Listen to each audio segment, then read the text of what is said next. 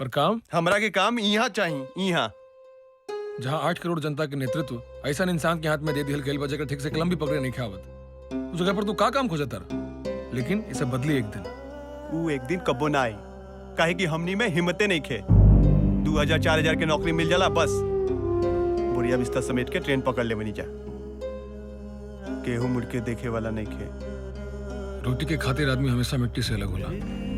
रोटी तो फिर भी मिट्टी पर मिल जाई, पर यह हालत रही नू तई मिट्टी ना मिली। आई मिट्टी के इतिहास इतिहास के नाम पर कितना दिन शादी ठोकबा। आज सबसे ज्यादा IAS IPS ऑफिसर बिहार से निकलेला। बड़ा बड़ा कंपनी के मालिक, सबसे बढ़िया कॉलेज के टॉपर, सब यूपी या बिहार के लोग बड़े। कहाँ बाड़े वो लोग? आज के तारीख में सबसे ज्यादा अनपढ़, सबसे बेरोजगार और सबसे आपराधिक छवियाला हमनी मानी जाए। दिल्ली में बैठे वाला बाबू लोग तो हमनी के नामे ध दिल बा बीमारू। यूपी बिहार दोनों के बीमारू बना दिले बा। हमनी बीमारू है जाका। हमनी के बीमारू बोले वाला सबसे बड़ा बीमारू बा। लोग बिहार के कान से देखेला, आंख से ना। और ऐसा ना बाकी दूसरी जगह ये हाल नहीं खे। हाँ नहीं खे, कहीं ऐसा हालत नहीं खे। देखा ये तेरे गुस्सा करे से कुछ ना होई मर्दे।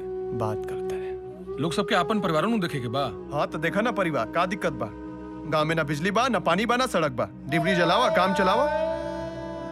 2 साल बाद इलेक्शन आई, ऐसा एजा भीख मांगे। वोट दे दे के हमनी भिखारी हो गल बनी जाए इतना साल में।